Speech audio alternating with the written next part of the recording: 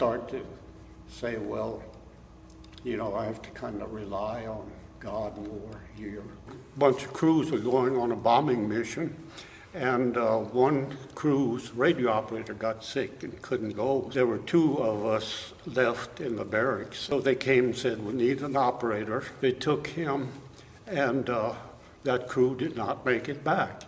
And then there was another time we were flying a mission over Osaka. I was sitting in the tunnel of our B-29, and I saw this shell. It was about 1.5 feet long, at least, right by the side of my window. It exploded behind us. If you stop and think, God must have a purpose. How many times we were protected, almost sure disaster, and we made it back.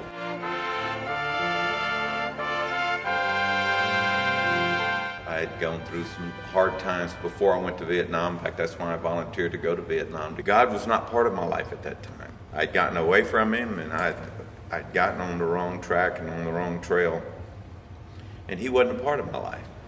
At least I didn't think he was. I wasn't supposed to leave Vietnam until November the 11th. 2 days after I left Vietnam, a rocket hit my barracks. If I wouldn't have got that early cut, if I wouldn't have walked over to the first sergeant hut at that moment, at that time, I would have been there, and I probably wouldn't be here today.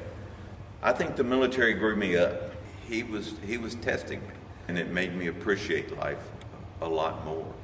And I think that was his goal. I just hate I got away from the church for such a long time. Something that had to happen to me to get me to where I am today. And who knows what he has in store for me in the future.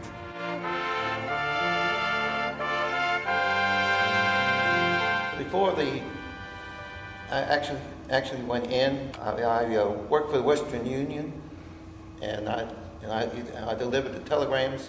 I believe that everybody has a guardian angel.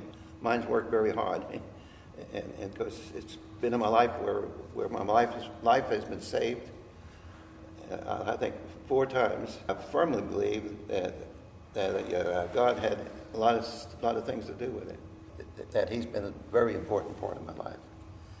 My dad was in the service in World War II, right at the very beginning, right after Pearl Harbor.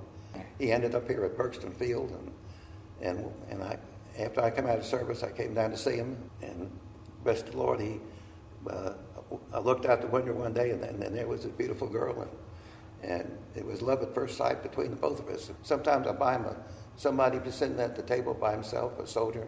I go up and maybe buy him lunch. Many times I go to HEB, and we have men wearing service hats. I try to find them and shake their hand and thank them.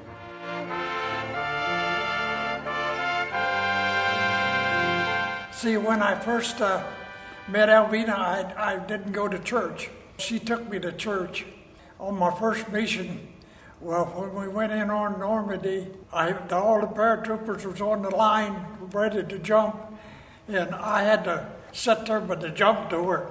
And when the 12th man went out, I had to send the guns down, and I started praying, and that was the first time that I ever prayed to God. She took me to church, and after that, that's when I started seeing God, and what all He could do, I watched Alvina, how much faith she had. I got confirmed, baptized when I come back. I started reading the Bible, and the more I read, the more I wanted to read. We started this church, and what God means, and Jesus, and the Holy Spirit.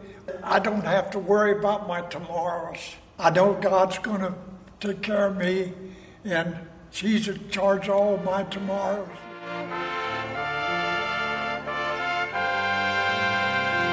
I had a couple of airplane flights to Tennessee and Oklahoma.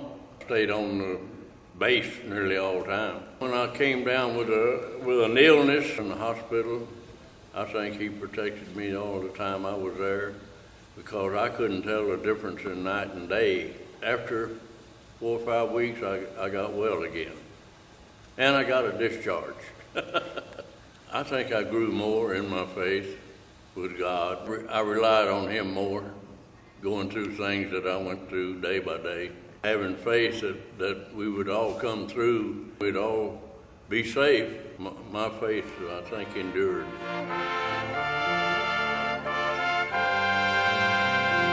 I was drafted into the U.S. Army and was sent to Fort Bliss in El Paso for my basic training.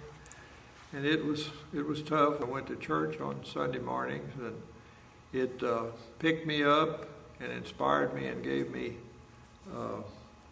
inspiration to make it through the next week. And finally got sent to Germany. Was told that I was going to be sent to a leadership school. We also spent a lot of time in the field, and there were no churches available. So I did a substantial amount of praying because at that time the Russians were still a threat. I would say the Lord was with me, helped me and nurtured me to make it through so I could get back home and get on with my life.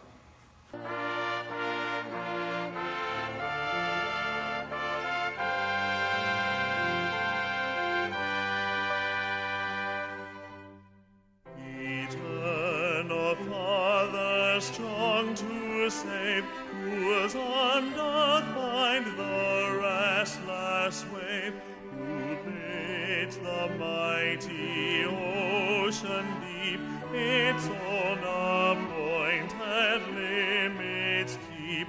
Oh, hear us when we cry to thee for those in peril on the sea. Another aircraft for my squadron was shot down in North Vietnam, and had to provide air cover for them when they attempted to rescue them. Unfortunately, they were not rescued. After I served and reflected on all of the things that had happened, that I became aware of how God was present in all things, and I was kind of oblivious to that at the time. Embarrassed to admit that. After Vietnam, I became more active in the church. I'd kind of fallen away. I became more engaged in my faith. Always trust in the Lord. He is faithful.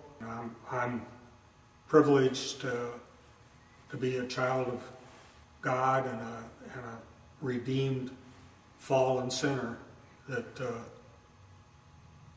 deserves nothing but the worst, but has been given the best.